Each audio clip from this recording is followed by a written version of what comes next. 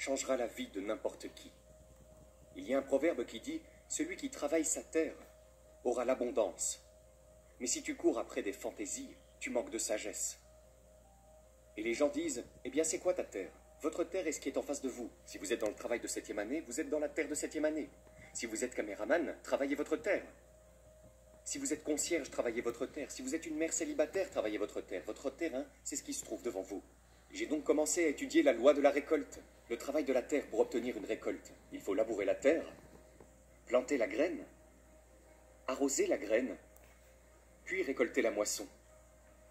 Et je pense que la plupart voient à l'ère des médias sociaux des gars comme vous et Gary Vee et d'autres, et ils pensent qu'ils peuvent aller de bam à bam. Ça n'arrivera pas. Vous devez travailler votre terre. Vous avez une charrue, et vous devez planter les bonnes graines. Vous voyez, si nous revenons à votre vie, quelque part, d'une manière ou d'une autre, vous avez planté de bonnes graines. Et une fois, si je parle d'Oprah de temps en temps, parce que je l'aime, c'est ma vraie sœur. Nous étions juste elle et moi dans son jardin, et elle m'a dit « J'aime travailler ma terre, parce que j'ai planté les bonnes foutues graines. » Tu vois, chaque jour, tu as des graines négatives et des graines positives. Et les gens qui sont égoïstes plantent des graines négatives, et elles ne deviendront pas positives. Donc, quand tu laboures, et pas pousser. Allez mec, tu travailles répétitif, on dirait que ça ne va pas pousser. Allez mec, tu travailles à Taco Bell, tu fais des gorditas, tu t'occupes du chihuahua, ça n'a pas l'air de marcher. Et tout d'un coup, le jour de paix arrive, et la récolte commence à pousser. Vous savez, ce concept de graines, c'est comme si vous aviez un sac de graines chaque jour et que vous aviez une plante, de bonnes graines ou des graines négatives. C'est intéressant. Et j'aime ce que vous dites sur le fait d'arroser, c'est la répétition. Une fois que les gens comprennent cela, je pense que le jeu entier se débloque pour eux. Et quand j'ai lu l'histoire du bambou, j'ai trouvé ça vraiment intéressant. Donc le bambou, une graine plantée pendant 5 ans et on dirait que rien ne se passe. Mais développer cette énorme boule de racines sous le sol prend 5 ans. Et puis en quelque chose comme 3 semaines, cela va pousser de 10 mètres au-dessus du sol. C'est fou. Mais il faut avoir planté la graine, l'avoir arrosée pendant 5 ans, en sachant que cette répétition portera ses fruits. Oui, excellente illustration. Et à ce moment-là, quelle que soit votre spiritualité, vous devez marcher par la foi et non par la vue. Votre cerveau est divisé en 2 moitiés. Le positif et le négatif, le bien et le mal. Il ne fonctionne sur rien d'autre. Il n'y a pas de terrain neutre dans votre cerveau. C'est soit positif et bon, soit négatif et mauvais. Chaque moitié de votre cerveau a des millions d'ouvriers de chaque côté. Vous avez 1 million d'ouvriers du côté positif, vous avez 1 million d'ouvriers du côté négatif. Au premier rang de chacune de ces usines, dans votre cerveau, se trouve un contremaître. Vous avez le contremaître positif et vous avez le contremaître négatif. Vous êtes le responsable. Vous êtes le patron de l'usine. Laissez-moi vous montrer comment ça marche. Vous avez une télécommande. Vous allez chez vous ce soir et vous appuyez sur ce bouton d'alimentation. Et vous l'appuyez. Quand vous la pointez sur la télé, qu'attendez-vous à ce qu'il se passe? Vous vous attendez à ce que la télé s'allume. Écoutez-moi bien. Vous appuyez sur le bouton marche-arrêt, vous vous attendez à ce que la télé s'allume. Si vous voulez regarder HBO, et que HBO est la chaîne 300, et que vous appuyez sur 300, et ensuite sur Select, qu'attendez-vous à voir sur cette TV? Et qu'est-ce qui arrive à cette télé? Ok, vous me suivez maintenant. Ce concept vient de la Bible. Car Dieu a dit « L'homme est tel qu'il pense ». Et comme il nous a tous créés à son image, devinez quoi? Nous sommes ce que nous pensons. Si Dieu a dit que la lumière soit, et la lumière fut. S'il a séparé les eaux de la terre, cela a été fait. Il vous donne le même pouvoir de produire. Tu ne peux pas créer un monde, mais tu peux créer ton propre monde. Et maintenant, puisque votre cerveau est en 2 parties, laissez-moi vous montrer comment cela fonctionne. Vous vous réveillez le matin et vous vous dites « Mec, je ne me sens pas moi-même aujourd'hui. Je me suis levé du mauvais côté du lit. Je ne suis pas matinal. Le contremaître négatif s'occupe de ça. Il se met en avant et il va vous dire « Qu'est-ce que vous avez dit ?» Vous dites que je me suis réveillé du mauvais côté du lit un mauvais jour, je ne suis pas moi-même, je ne suis pas matinal. Et il va vous dire « Vous pensez bien ?» Et il dira à ces millions d'ouvriers « Le patron vient de se réveiller, il a dit qu'il n'est pas matinal, il va avoir une mauvaise journée et il ne se sent pas lui-même. Mettons-nous au travail !»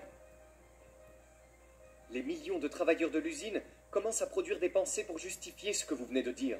Et maintenant, devinez quoi? Mec, je déteste que mon réveil ait sonné ce matin. Je dois sortir d'ici, dans ce trafic.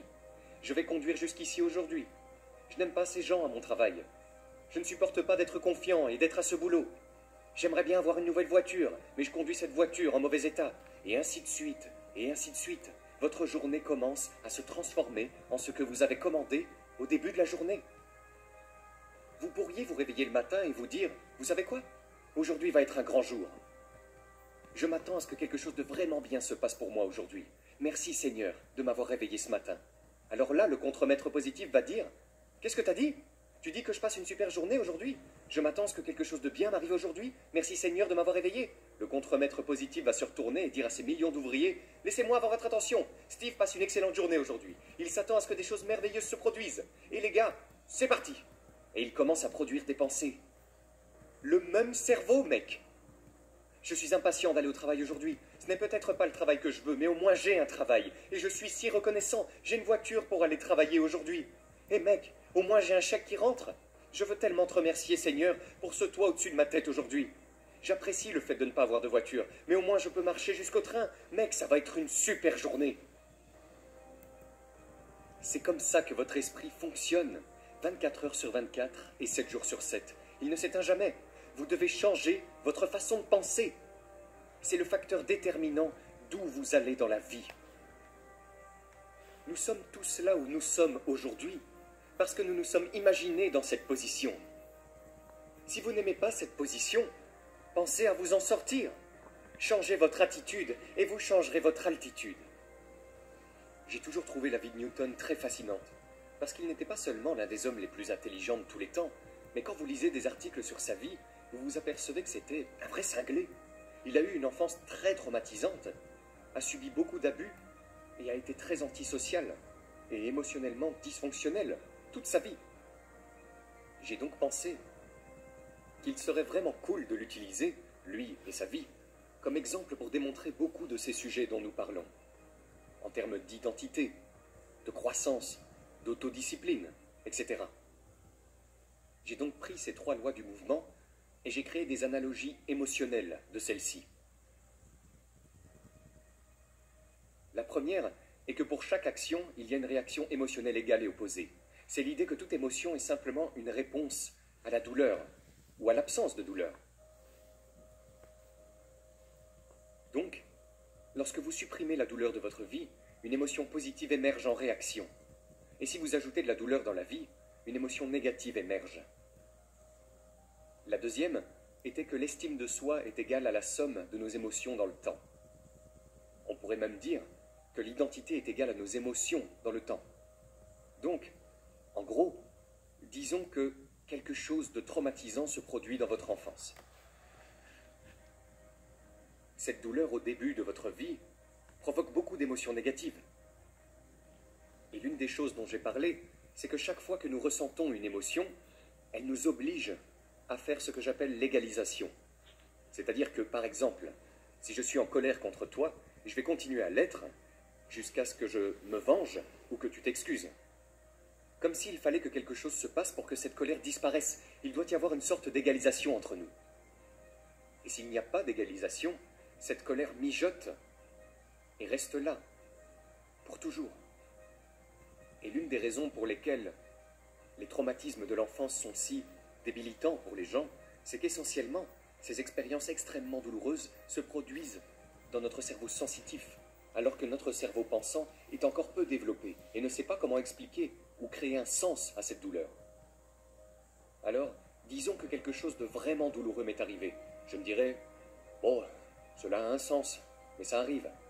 Mais si je suis comme un enfant de 5 ans, mon explication ne va pas plus loin que je suis un mauvais garçon, je suis une mauvaise personne, et tout le monde me déteste. et ça restera. Ça restera tel, parce qu'il n'y a pas d'égalité, et ça restera pour le reste de ma vie. Le problème, c'est qu'on oublie que des choses douloureuses arrivent. Nous traversons donc la vie avec ce sentiment d'infériorité et de douleur qui persiste, sans que nous puissions vraiment l'expliquer ou le justifier. Et donc le processus de thérapie consiste essentiellement à démêler beaucoup de nos expériences, jusqu'à ce que nous revenions à cette expérience originale. Et avec notre cerveau adulte qui réfléchit, nous pouvons maintenant donner un sens à cette douleur. Cela nous est essentiellement utile. Donc c'est la deuxième loi, c'est que notre identité est la somme de nos émotions au fil du temps. Et la troisième loi est que notre identité continuera à être notre identité jusqu'à ce qu'une nouvelle expérience agisse contre nous. Donc pour reprendre l'exemple de l'école de musique, j'étais musicien, je me présentais comme un musicien. Et puis je suis arrivé au deuxième semestre de l'école de musique, et on m'a botté. Et soudain je me suis dit, ah merde, je ne suis plus un musicien. Et maintenant je dois aller me chercher ailleurs. C'est comme, je ne suis pas un musicien, je ne sais pas ce que je suis. Mais il a fallu une nouvelle expérience contraire pour créer ce changement en moi. Et c'est pourquoi le changement d'identité, par définition, doit être douloureux et inconfortable. Parce que si ce n'est pas douloureux ou inconfortable, rien ne change.